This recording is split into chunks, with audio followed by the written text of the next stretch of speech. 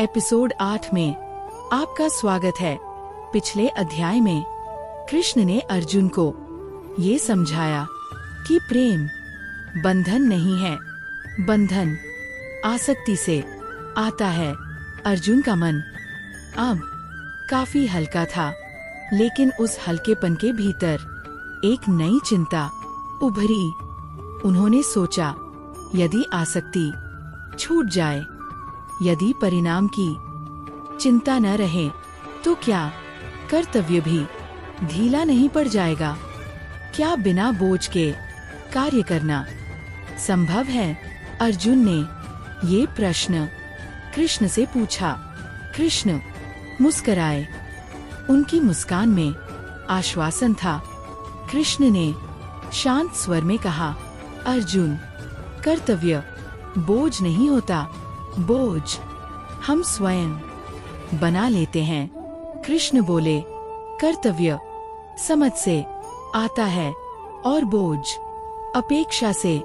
कुछ क्षण मौन रहा, फिर कृष्ण ने धीरे धीरे समझाया, जब तुम कार्य करते हो और मन परिणाम में उलझ जाता है, तब कर्तव्य भारी लगने लगता है।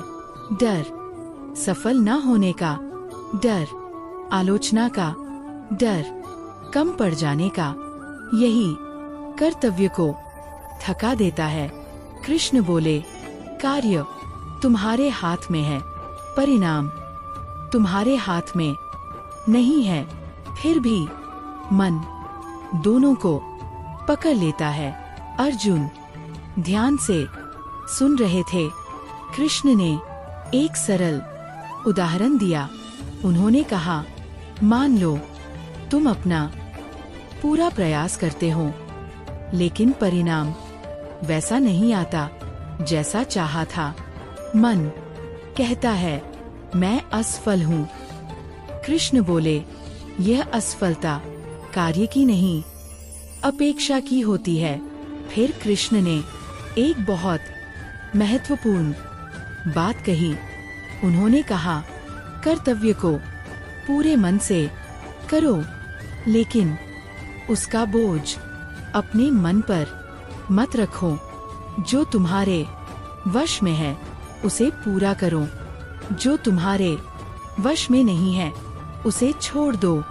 कृष्ण बोले, यही कर्मयोग है, न भागना, न थकना, न जकड़ना, सिर्फ सजग होकर कार्य करना। अर्जुन ने गहरी सांस ली। उन्हें एक नई समझ महसूस हो रही थी। कृष्ण ने कोमल स्वर में एक अभ्यास बताया। उन्होंने कहा, कार्य करते समय बस यह याद रखो, मैं अपना कर्तव्य कर रहा हूँ, परिणाम मुझसे बड़ा है। कृष्ण बोले, जब यह स्मृति रहती है, तो कार्य थकाता नहीं, वह शांत करता है। अर्जुन के चेहरे पर स्थिरता थी। कृष्ण मुस्कुराए और कहा, याद रखो अर्जुन, कर्तव्य जीवन से अलग नहीं है, बस उसे बोझ मत बनाओ, तब तुम कार्य भी करोगे और भीतर से मुक्त भी रहोगे।